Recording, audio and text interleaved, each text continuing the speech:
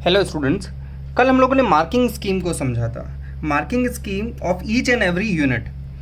जो सीबीएसई की गाइडलाइंस है, अभी तक जो गाइडलाइंस आई है उसके अकॉर्डिंग कौन कौन से चैप्टर कौन से यूनिट से रिलेट करते हैं, कौन से यूनिट के अंदर कितने चैप्टर रिलेट कर रहे हैं और वो कितने पर्टिकुलर मार्क्स का है, बिकॉज वो बहुत एक इम्पॉर्टेंट पार्ट था। तो जिन बच्चों ने सबसे पहले वो वीडियो नहीं देखा है वो सबसे पहले वो वीडियो जाके देखो और उस वीडियो के अंदर आप लोग अच्छे से अंडरस्टैंड करो कि हर यूनिट के अंदर आप लोगों को कौन कौन से चैप्टर प्रिपेयर करने हैं और आज हम लोग जो चैप्टर प्रिपेयर कर रहे हैं वो कौन से यूनिट का है। क्योंकि ये सिनेरियो जब तक आपके माइंड के अंदर क्लियर रहेगा तभी आप लोग ये पॉसिबल है कि आप लोग उसको करने के लिए मोटिवेटेड रहोगे, पहली बात। दूसरी बात मैं आप लोगों से ये करूँगा कि कल जो मैंने आप लोगों को कल भी मैंने आप लोगों से रिक्वेस्ट किया था कि कल आप लोगों को जो मैंने मार्किंग स्कीम समझाई है वो मार्किंग स्कीम सेम आप अपने कॉपी के फ्रंट पेज के ऊपर लिख लो, ताकि when you are start studying तो आप लोग सबसे पहले जब पेपर टर्न करते हो तो वेरी फर्स्ट पेज पे आपको मार्किंग स्कीम दिख जाए, ताकि आपको पता रहे कि वो जो मार्किंग स्कीम है वो हम लोग कौन सा चैप्टर पढ़ रहे हैं और वो कौन सा चैप्टर कितने मार्क्स का है। क्योंकि अल्टीमेटली हम लोग जो भी कर रहे हैं it is about the CBSE board examination paper. हम लोग जो भी पढ़ रहे हैं वो बोर्ड के अकॉर्डिंग पढ़ रहे हैं, तो आप लोग अपने माइंड में थोड़ा इंटेलिजेंटली इसको अच्छे से प्रिपेयर करना। अच्छा, कल मैंने आप लोगों से प्रॉमिस किया था that we will start a new chapter that is inverse trigonometry. We are starting the first chapter of our course जो यूनिट 1 से रिलेट करता है। यूनिट 1 जो है वो 8 मार्क्स का है जिसमें 2 चैप्टर्स हैं और हम लोग कौन सा चैप्टर स्टार्ट कर रहे हैं, चैप्टर नंबर 2। तो ये चैप्टर नंबर 2 जो है वो आज हम लोग स्टार्ट कर रहे हैं। उसके अंदर क्या है, उसको स्टार्ट करने से पहले मैं आपको बता दूं आज मैं आपको क्या क्या करवाने वाला हूँ। मैं आपको आज एक्सरसाइज नंबर 2.1 के सारे क्वेश्चंस करवाऊंगा, 2.1 के बेसिक्स बताऊंगा। 2.1 की जो एक्सरसाइज है ना, प्रिंसिपल वैल्यू ब्रांचेस, उसका वेरी फर्स्ट टॉपिक है, ये वेरी फर्स्ट टॉपिक है। क्लियर? तो आप बोलोगे सर सबसे पहले तो हमें यही पता नहीं कि इन्वर्स ट्रिग्नोमेट्री क्या होता है, तो उसके लिए हम लोग क्या करते हैं, सबसे पहले एक छोटा सी एक टॉपिक है जिसको हम लोग बोलते हैं इन्वर्स ट्रिग्नोमेट्री, वो हम लोग समझते हैं। तो एक मैंने छोटा सा लिख रखा है, आप लोग पहले उसको समझो क्या है वो। तो सबसे पहले आप लोग ये अपने माइंड में समझो कि इन्वर्स क्या होता है। ट्रिग्नोमेट्री आप लोगों ने पढ़ रखा है बट ऑब्वियस है, तो इन्वर्स ट्रिग्नोमेट्री क्या होता है। तो सबसे पहले हम लोग देखते हैं, जैसे कि मान लो कोई एक फंक्शन है, आपको पता है कि ट्रिग्नोमेट्री जो है, आप लोगों को पता है कि जो ट्रिग्नोमेट्री है वो मेन फंक्शंस हमारे पास में 6 ट्रिग्नोमेट्री फंक्शंस होते हैं। These are the ratio of the right angle triangle, sides of the ratios of the right angle triangle. तो y is equal to sine x हमारे पास में कोई भी एक ट्रिग्नोमेट्री फंक्शन है। तो देखो क्या होता है, अगर ये साइन को मैं लेफ्ट हैंड साइड में शिफ्ट कर देता हूँ, तो अगर मैं लेफ्ट हैंड साइड में शिफ्ट करता हूँ तो देखो इस साइन के ऊपर एक -1 पावर आ जाती है। क्लियर? और ये बन जाता है साइन इनवर्स y और यहाँ पे सिर्फ x रह जाता है। इसको हम लोग बोलते हैं इनवर्स ऑफ ट्रिग्नोमेट्री। क्लियर? हम लोगों ने ट्रिग्नोमेट्री का इन्वर्स कर दिया है। अब देखो कई बच्चे इसमें ये कुछ मिसअंडरस्टैंड कर सकते हैं कि सर ये हम लोग ऐसे कर सकते हैं क्या कि y is equal to sine x है तो x is equal to y upon sine हो जाए। ये कंप्लीटली रॉन्ग मेथड है। क्लियर? मैं जो आप लोग नहीं कर सकते हो वो मैं आपको सबसे पहले बता रहा हूँ, जहाँ आप लोग मिस्टेक्स करोगे वो मैं आपको बता रहा हूँ। क्लियर? तो ये ऐसा नहीं होता। क्यों नहीं होता? क्योंकि ये साइन अपने आप में एक एंगल है। क्लियर? तो साइन के पास में जो भी एंगल होता है वो एंगल इस तरह से अकेला नहीं किया जा सकता। तो ये साइन जो होता है वो क्या होगा, साइन लेफ्ट हैंड साइड में शिफ्ट हो जाता है और वो बन जाता है sine inverse y is equal to x. ये इनवर्स ऑफ ट्रिग्नोमेट्री फंक्शन, इसको हम लोग साइन इनवर्स ट्रिग्नोमेट्री फंक्शन बोलते हैं। पहली बात ये, this is the right method. दूसरा मेथड क्या है, आप लोग पूछ सकते हो कि साइन इनवर्स y जो है क्या वो साइन y की पावर -1 है, तो मैं बोलूँगा नहीं, ये भी नहीं है। ये भी एक गलत तरीका है कि अगर आप लोग ये समझ रहे हो कि साइन y के ऊपर हम लोगों ने पावर -1 लगा दिया तो वो भी नहीं है। क्लियर? तो ये क्या है हम लोग देखते हैं। तो सबसे इन तीनों में सबसे करेक्ट मेथड कौन सा है, ये वाला मेथड सही है। इसको आप लोग समझो, ये क्या चीज़ है कि साइन को जब आप लोग लेफ्ट हैंड साइड में शिफ्ट कर देते हो तो वो साइन इनवर्स y बन जाता है। वैसे ही क्या होगा, cos inverse x, tan inverse x, cot inverse x। तो आप लोगों को इस तरह से हम लोग प्रेजेंट करना है। तो पहले तो मैंने आपको बताया कि ये साइन इनवर्स x होता क्या है, ये कैसे बनता है, ये मैंने आप लोगों को बता दिया है। तो इसी को हम लोग इनवर्स सिग्नल, इसको आप लोगों को नोट डाउन करने की ज़रूरत नहीं, मैंने आपको बताया है कि किस तरह से करेक्ट मेथड्स है और क्या क्या आप लोगों को नहीं समझना है। ये दोनों गलत मेथड्स हैं। क्लियर, इसका मतलब ये नहीं होता है। तो क्या होता है, तो हम लोग सबसे पहले समझते हैं। देखो मैं छोटे से एग्जांपल से आपको ये एक्सप्लेन करता हूँ कि हम लोग पढ़ने क्या वाले हैं, क्योंकि इन्वर्स ट्रिग्नोमेट्री पढ़ रहे हैं और उसी का मतलब ही अगर आप लोगों को पता नहीं है तो हम लोगों को रटने वाली बात नहीं है कि हम लोग एक टॉपिक है स्टार्ट करना है, सर ने क्वेश्चंस करवाया तो हम लोग उसको रट लेंगे, ये पॉसिबल नहीं है। तो मैंने आपको बोला था जितना डिटेल के अंदर आप लोग इस चैप्टर को समझोगे उतना आप लोगों के लिए बेटर है, क्योंकि आगे फिर अफेक्ट करेगा। तो देखो होता क्या है, मैं एक छोटा सा एग्जाम्पल आप लोगों को दे देता हूँ। जैसे y is equal to sine pi by 6, क्या आप लोगों को इसकी वैल्यू पता है? ऑब्वियस पता है, ये रेडियन सिस्टम है, sine pi by 6 that is equal to 30 degree, और साइन 30 की वैल्यू होती है हाफ। तो अब आप लोग देखो एक छोटा सा एग्जांपल, मैंने जब वैल्यू पुट की तो ये जो वैल्यू मैंने पुट की वो मैंने एंगल फॉर्मेशन में वैल्यू पुट की, और जब मेरे पास में आंसर आया तो वो एक न्यूमेरिकल आंसर था। ये वाला कौन सा पोर्शन मैं आपको बता रहा हूँ, ये मैं आपको 11th वाला पोर्शन बता रहा हूँ। ये आप अपने नोट्स के अंदर अच्छे से प्रिपेयर कर सकते हो। ये सारी चीज़ें मैं आपको इसलिए बता रहा हूँ ताकि आपको पता रहे कि इसमें क्या है। हम लोग पुट क्या करते हैं, हम लोग यहाँ पे एंगल पुट करते हैं और हमें आंसर क्या मिलता है, न्यूमेरिकल। जैसे मैं आपको एक और एग्जाम्पल देता हूँ, जैसे आ जाता है 1045 डिग्री, क्लियर। ये रेडियन सिस्टम, ए डिग्री सिस्टम के अंदर 1045 की वैल्यू कितनी है, 1। इसका मतलब आप लोगों ने वैल्यू किसकी पुट की, आप लोगों ने एंगल पुट किया और आपको आंसर क्या मिला, न्यूमेरिकल मिला। Clear, this is the 11th portion. ये मैंने आपको 11th में बताया था, आप लोगों ने 10th में भी ये पढ़ा है। क्लियर। अब इनवर्स ट्रिग्नोमेट्री आज 12th के अंदर हम लोगों को क्या पढ़ना है, ये हम लोग देखते हैं कि 12th में ऐसा क्या है। 12th के अंदर हम लोग जस्ट इसका ऑपोजिट करेंगे, sine pi by 6 is equal to, हम लोगों ने y लिया, ये देखो इधर।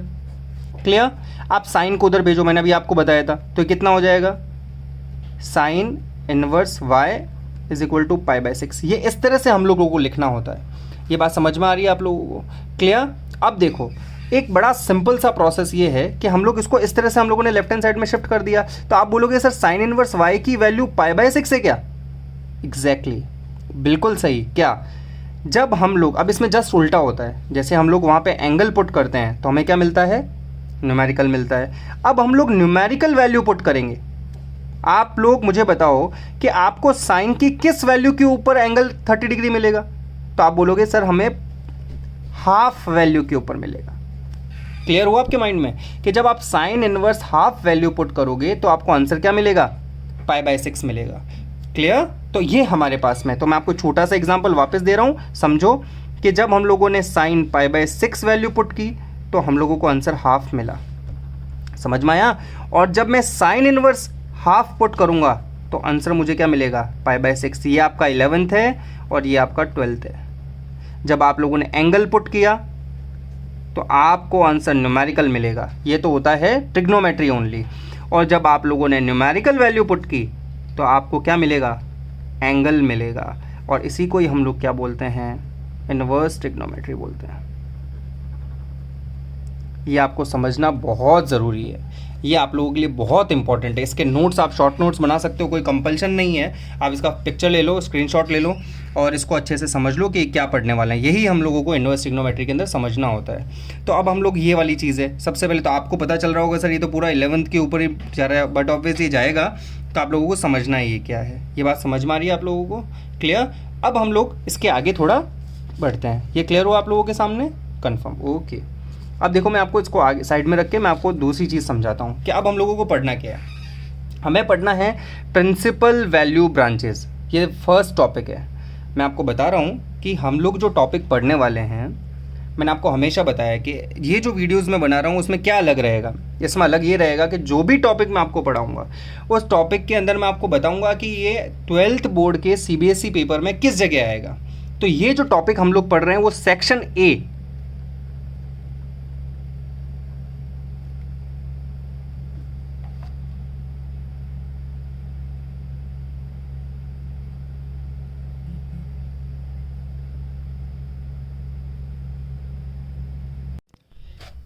तो अभी तक हम लोगों ने ये समझ लिया है कि इनवर्स ट्रिग्नोमेट्री फंक्शंस क्या होते हैं, ठीक है।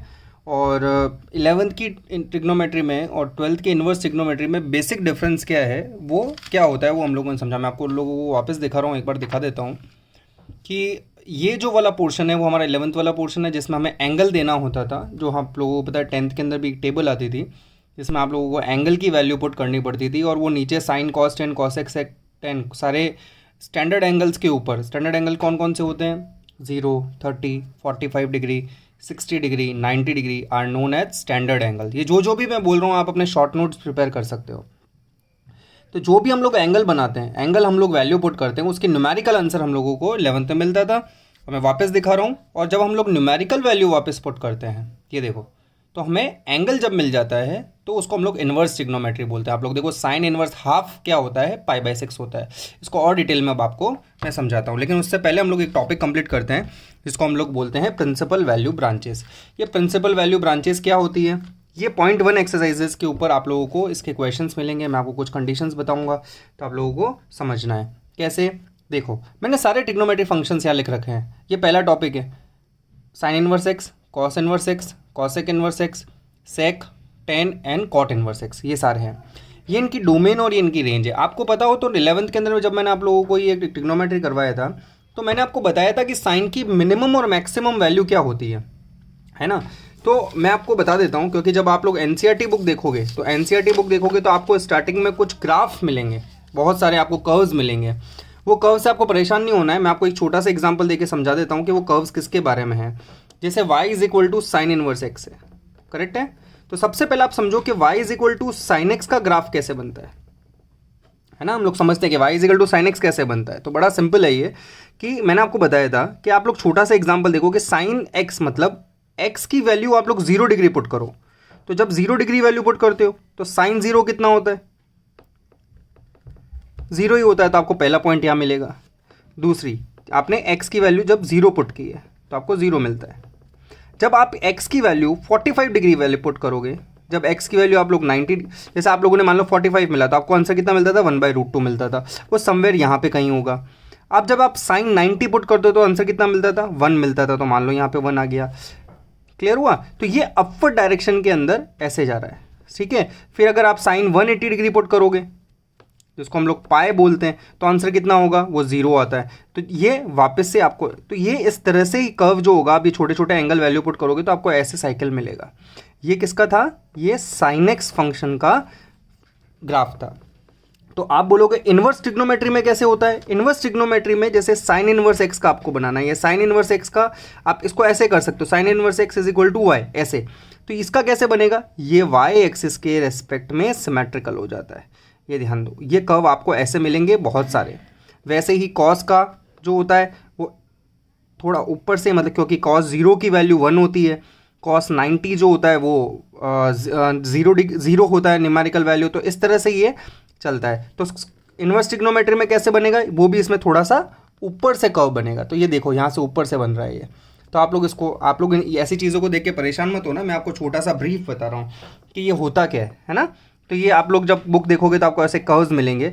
इससे रिलेटेड कोई डायरेक्ट क्वेश्चन नहीं है, इन ग्राफ से रिलेटेड जो है वो कोई डायरेक्ट क्वेश्चन हमारे कोर्स में नहीं है। मैं आपको इसलिए बता रहा हूँ ताकि आप लोगों को परेशान ना हो। आप लोग जब वो बुक का पेपर देखो तो आपको ऐसा ना लगे कि ये वाली सर ने चीज़ें डिस्कस नहीं की हम लोगों के साथ में।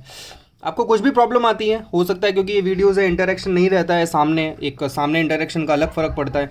तो अगर आपको इनमें कोई भी प्रॉब्लम आती है, आप चाहते हो छोटा सा कोई पॉइंट समझाने का, तो आप मुझे पर्सनली कॉल कर लेना, और नहीं तो ग्रुप के अंदर या टेक्स्ट में मुझे पूछ लेना, नहीं तो कमेंट बॉक्स में डाल देना, जो भी आप लोगों को अच्छा लगे करना।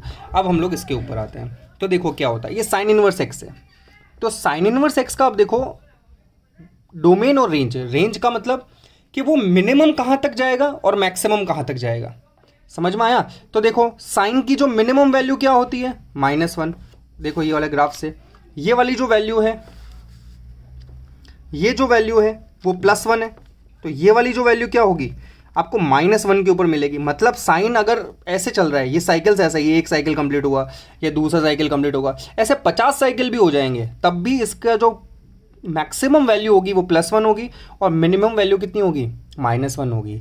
सिमिलरली वैसे ही इसकी डोमेन और रेंज आपको इनवर्स ट्रिग्नोमेट्री फंक्शंस में याद होनी चाहिए कि साइन इनवर्स एक्स की रेंज क्या होती है। अब आप एंगल में याद करना कि -π/2 से +π/2। मुझे बताओ साइन π/2 जब पुट करते हो तो आंसर कितना आता है? 1। साइन -π/2 वैल्यू पुट करते हो तो आंसर कितना आता है? -1। मैं एक और समझा देता हूँ, जैसे कॉस इनवर्स एक्स है। कॉस इनवर्स एक्स का मिनिमम वैल्यू कितनी होती है वो भी देखो आप लोग। कॉस इनवर्स एक्स का मैं ग्राफ फिर से बना के बताता हूँ। ये ऊपर से बनता है और ऐसे होगा। इसमें भी क्या है? +1 से -1।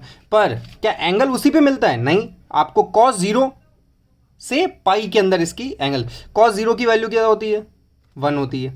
समझ में आया? पर आपको इन्वर्स ट्रिग्नोमेट्री के बारे में सोचना है, ठीक है? तो आपको पता होना चाहिए कि cos की जो रेंज है 0 से पाई तक होनी चाहिए। इसकी मिनिमम मैक्सिमम वैल्यू कहाँ से होगी? -1 से +1। तो आप बोलोगे सर हम लोग इसको कैसे याद करें? तो इसका सबसे बेस्ट तरीका क्या है, मैं आपको सिंपल बता देता हूँ। अब बड़ा अच्छा सा याद रखो, आप लोग बेसिक साइन, कॉस और टेन, इन तीनों को आप लोग अच्छे से टिप्स पे मुंह पे याद रख लो, क्योंकि काफ़ी चीज़ें ये सेम ही रहेगा। जैसे कि साइन का क्या है? -π/2। आप सीधा अपने दिमाग में ग्राफ बनाना, वो वेव याद रखना कि साइन जो है वो क्या करेगा? -π/2 से +π/2।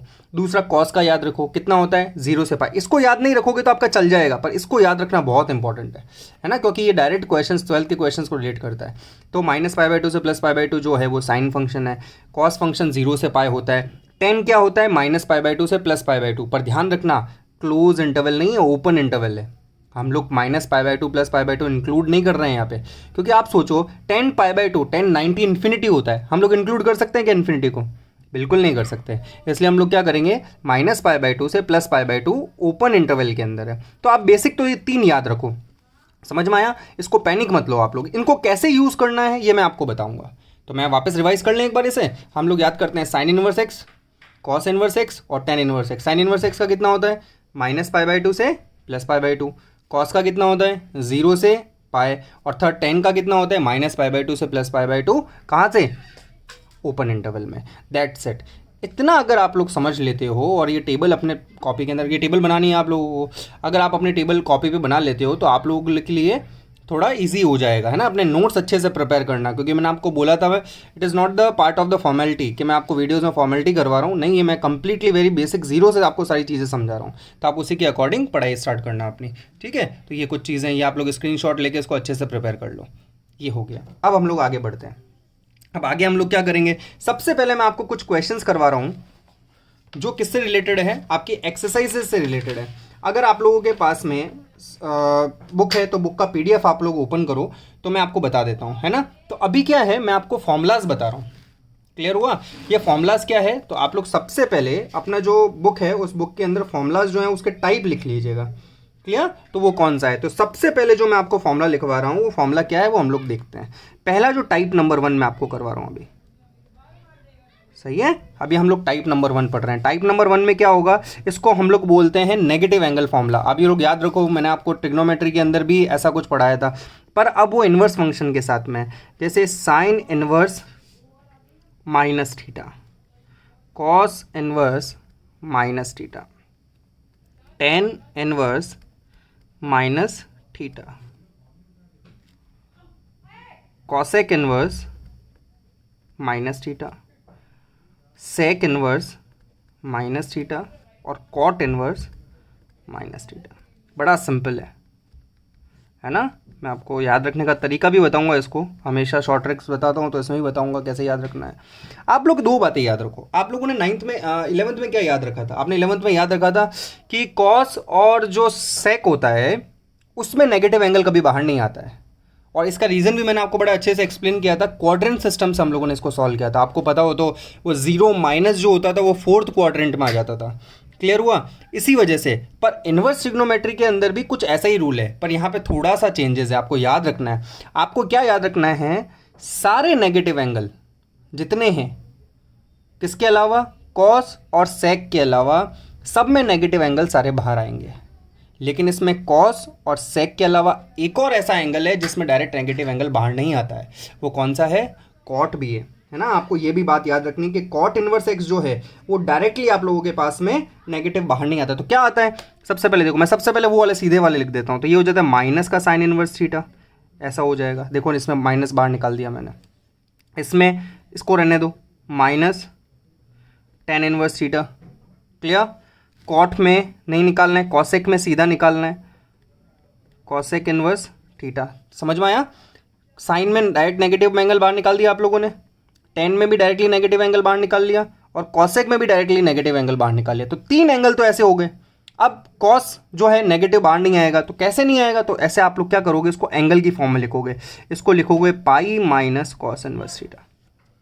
समझ में आया? सेक में भी कॉस का जस्ट उल्टा सेक होता है, तो pi minus sec inverse theta.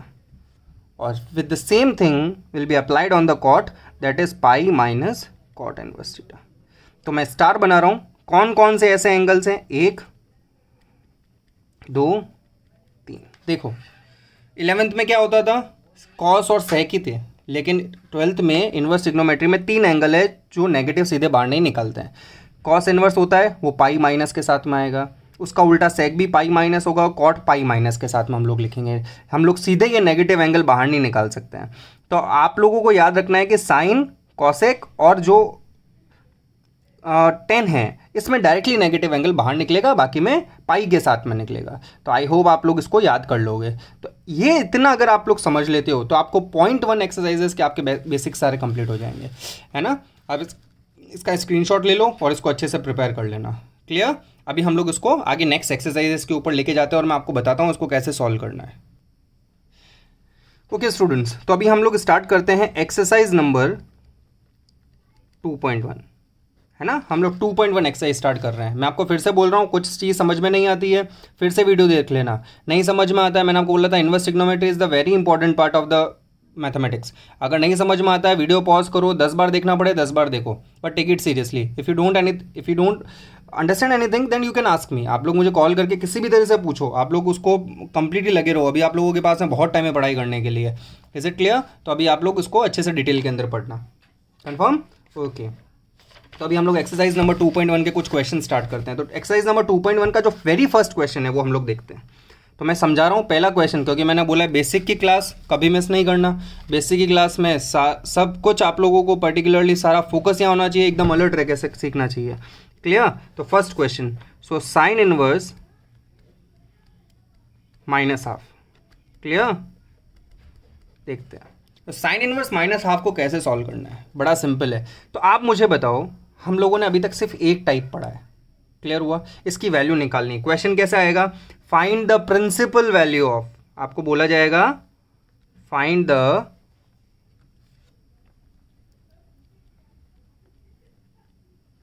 Principal value. आपको प्रिंसिपल वैल्यू निकालनी है। टोटल 10 क्वेश्चन है इसके अंदर, मैं आपको एक बता रहा हूँ। टोटल 10 क्वेश्चन में से वेरी फर्स्ट क्वेश्चन हम लोग डिस्कस कर रहे हैं। So sine inverse minus half कैसे होगा। तो आपको लगेगा अगर ये नेगेटिव का क्या करें। अभी जस्ट पहले मैंने आपको बताया है क्या कि नेगेटिव एंगल आ जाए तो उनको कैसे डील करना है। देखो मैं आपको फिर से बता देता हूँ। ये आपको दिख रहा है इधर, ये नेगेटिव एंगल है। क्लियर है। जब साइन में नेगेटिव एंगल आ जाता है तो हम लोग क्या करते हैं, उसको डायरेक्ट बाहर निकाल देते हैं। निकालते हैं कि नहीं निकालते हैं, ऐसा है ना। तो अभी हम लोग देखो इसमें भी क्या डायरेक्टली हम लोग साइन के अंदर नेगेटिव एंगल बाहर निकालते हैं।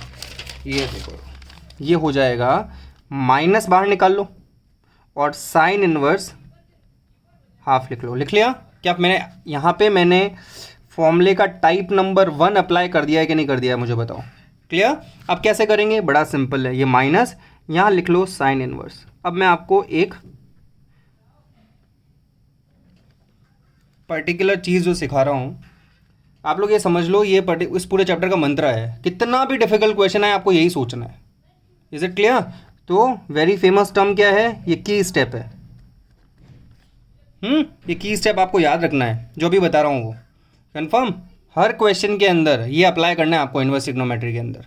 क्लियर हुआ। तभी हम लोग इसको स्टार्ट करते हैं। तो माइनस साइन इनवर्स है और अंदर आ गया हाफ। तो आपको क्या सोचना है, की स्टेप है, कान खड़े कर लेना अपने, अच्छे से पढ़ाई कर लेना। इसमें क्या है कि साइन इनवर्स है ये। अब आपको क्या सोचना है इसके अंदर, कैसे इसको डील करना है कि बाहर अगर ब्रैकेट के बाहर साइन इनवर्स है तो अंदर भी साइन का फंक्शन बनना चाहिए। यही मेन मंत्र है क्या कि अगर ब्रैकेट के बाहर साइन इनवर्स है तो अंदर भी क्या बनना चाहिए, साइन ही बनना चाहिए। तो कैसे बनेगा सोचो। बाहर साइन इनवर्स है, ऐसी कौन सी वैल्यू है जहां पे ये हाफ आता है साइन में, सोचो आप लोग। तो आप लोग बोलोगे कि टेबल के अकॉर्डिंग तो साइन 30 के ऊपर आता है, बिल्कुल आता है। तो आप इसके अंदर साइन इनवर्स है ना, तो आपको अंदर साइन बनाना है। तो साइन π/6 लिख देना, साइन 30 डिग्री लिख देना।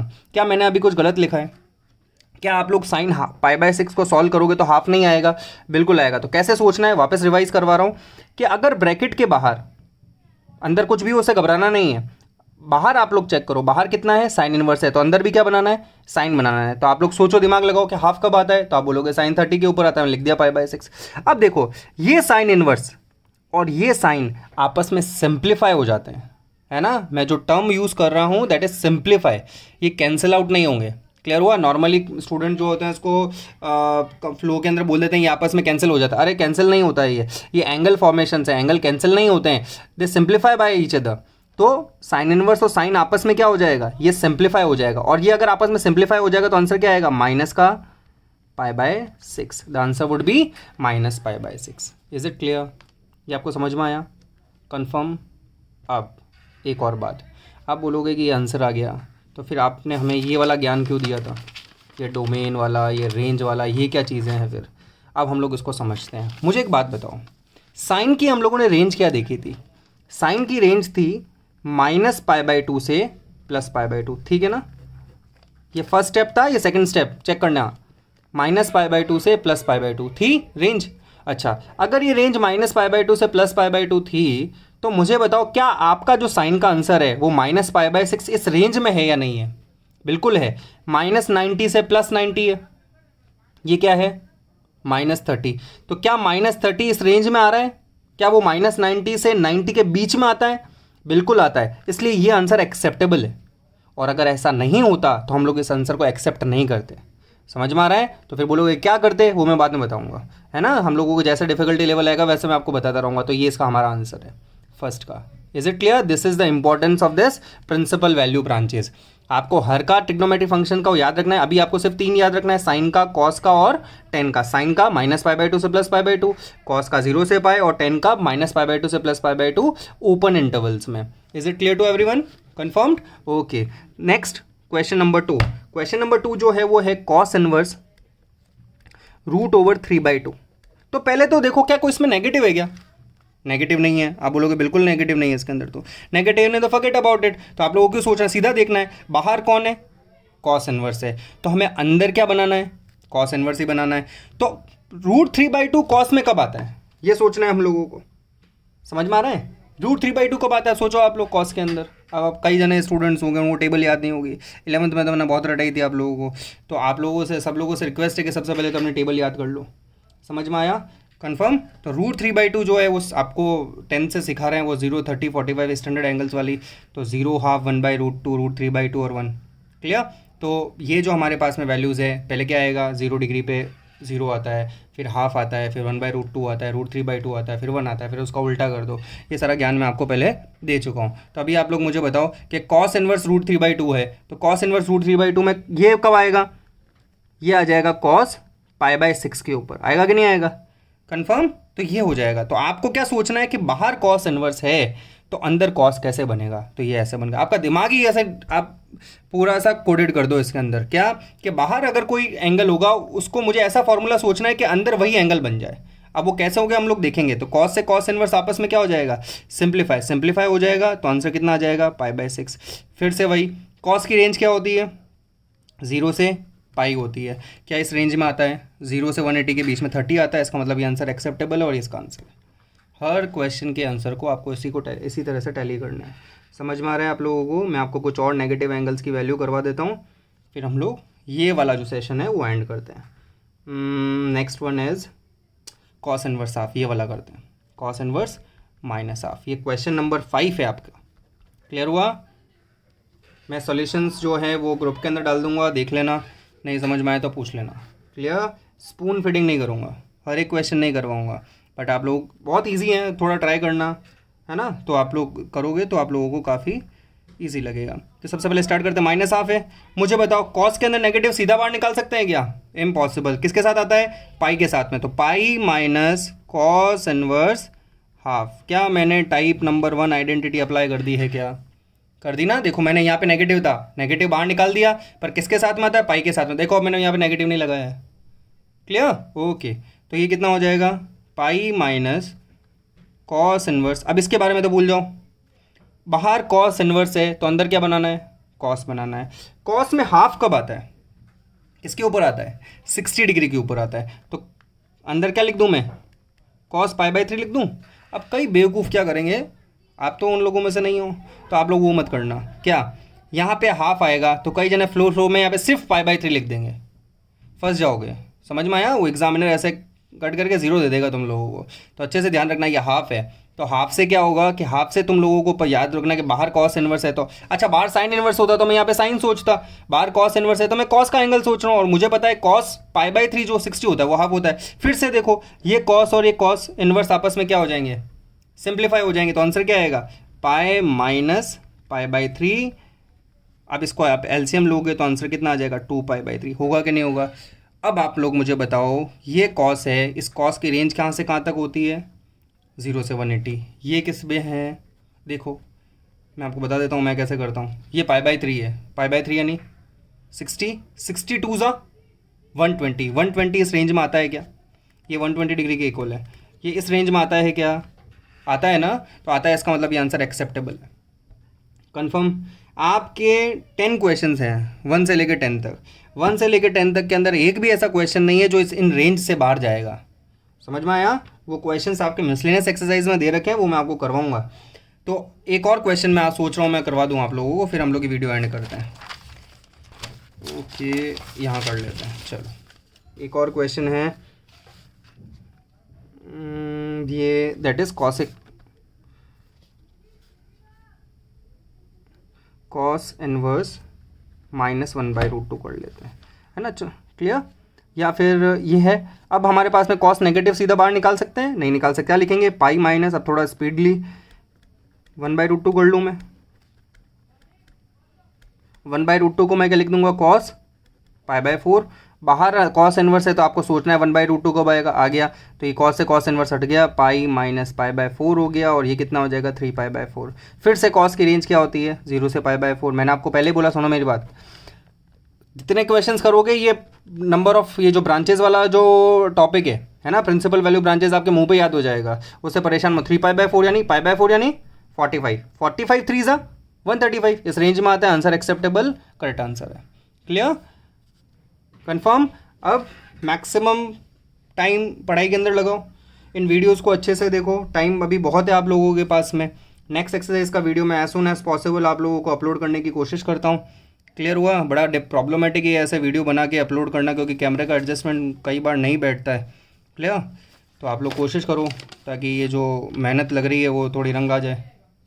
Clear, okay, all the very best.